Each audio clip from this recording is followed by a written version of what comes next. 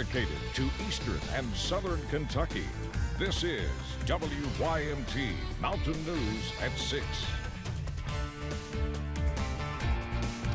Governor Andy Beshear toured more areas hit hard by tornadoes in Kentucky. The path of the tornadoes went through a community north of Campbellsville in Taylor County.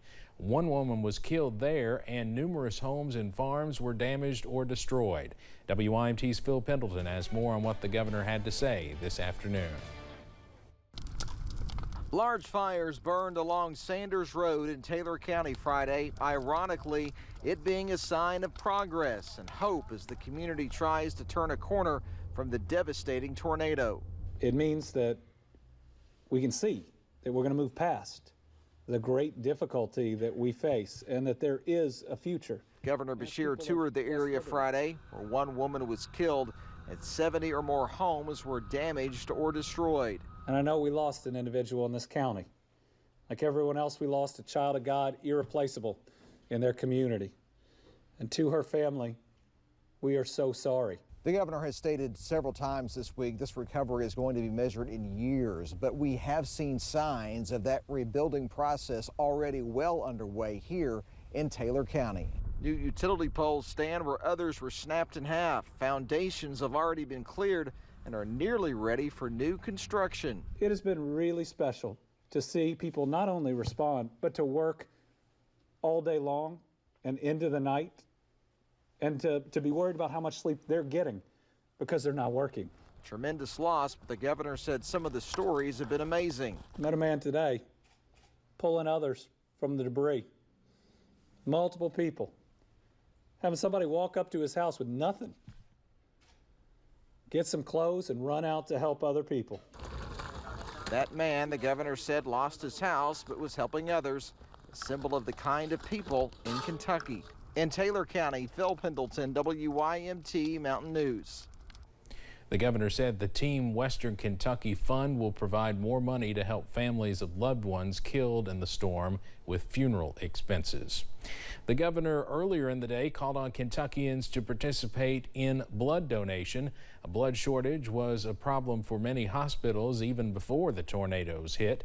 The Red Cross had a blood drive today at the Capitol to assist patients in need of blood. The governor even rolled up his sleeves to give blood today, as did Lieutenant Governor Jacqueline Coleman. We have shared stories of photos traveling miles from the path of the tornadoes that tore through western Kentucky and how social media finds a way to bring them back to those who lost so much. But one such instance went a step further when, by random chance, a photo found its way to a place with ties to the family it captured. WYMT's Buddy Forbes shows us how a shirt tied it all together. Snapshot after snapshot. Everything was just devastated. It was gone. Of lives torn apart. We got in the closets downstairs. Everything was perfect. We come out maybe 30 seconds later. It sounded like a train just run over our house, and we come out of the closet and we saw the stars. And memories carried miles from home. This landing in our yard was kind of just like, well, here you go. You know, this is your way to help. But one snapshot of Chuck Mitchell and his son made it more than 80 miles from the eye of the storm to the eye of someone familiar. She showed it to her boyfriend, and he said, oh my gosh, I actually know that guy. When April and Gracie Kemplin connected the torn and weathered pieces, finding a link through Gracie's best friend's boyfriend. Dane Lefford, he was my assistant basketball coach. We were really tight. We grew up together. Those boys stayed at my house a lot. So it makes the hair on the back of your neck raise up. Returning a precious memory to a family who lost everything else. I keep that in our books at home, and I didn't have no other copies of that. I'm so glad that he was able to get that and be able to get that back to me. It means the world to me and my family. Proving the storms that separate us. The magnitude of this storm, what it did to people, are no match. If it weren't for that Harlan t-shirt. For the bluegrass that binds us. Connection together. I know, it's crazy. And you know. Buddy Forbes, WYMT Mountain News. I know them. Incredible. The family say it was a work of God to bring out a small light during a time of darkness.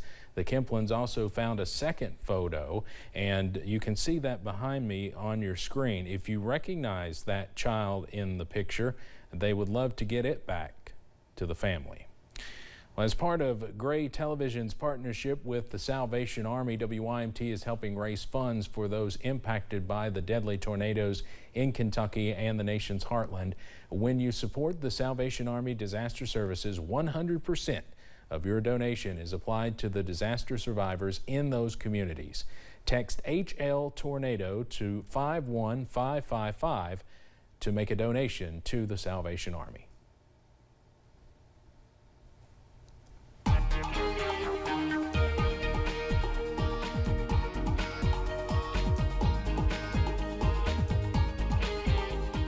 Well, thankfully, we are not looking at a severe weather threat this weekend for the mountains, but we are watching out for those scattered showers. Let's take a look at this time lapse over at I-75 in London. And this kind of sums up the day that we've had. And it didn't rain all day long, but those passing showers definitely have been around the area. Up on Pinpoint Doppler right now, there is a look at those scattered showers. Not raining everywhere, but where it is raining, it is coming down at a light to moderate pace. As we go towards the rest of the area view, you can see that we are looking at this warm front over portions of southern Kentucky. This will continue pushing off towards the north, and as it does so, some more warm and moist air begins filtering into the area by tonight and into Saturday. You can kind of tell that here on the temperature map. Middlesboro already up to 62. 45 over in Moorhead. So as that warm front continues pushing off towards the north, our temperatures actually start to increase throughout the rest of the overnight hours. If you do have any plans, pack the rain gear just to be on the safe side. Not going to rain all evening long, but a few showers are possible. I got that full forecast coming up just a little bit later. Steve. All right, thank you very much. Well, since the devastation that took place in western Kentucky, several southeastern Kentucky schools rallied together to donate supplies to help those in need. WYMT's Alyssa Williams was in Harlan County to speak to several folks who helped stuff the bus to help those in western Kentucky.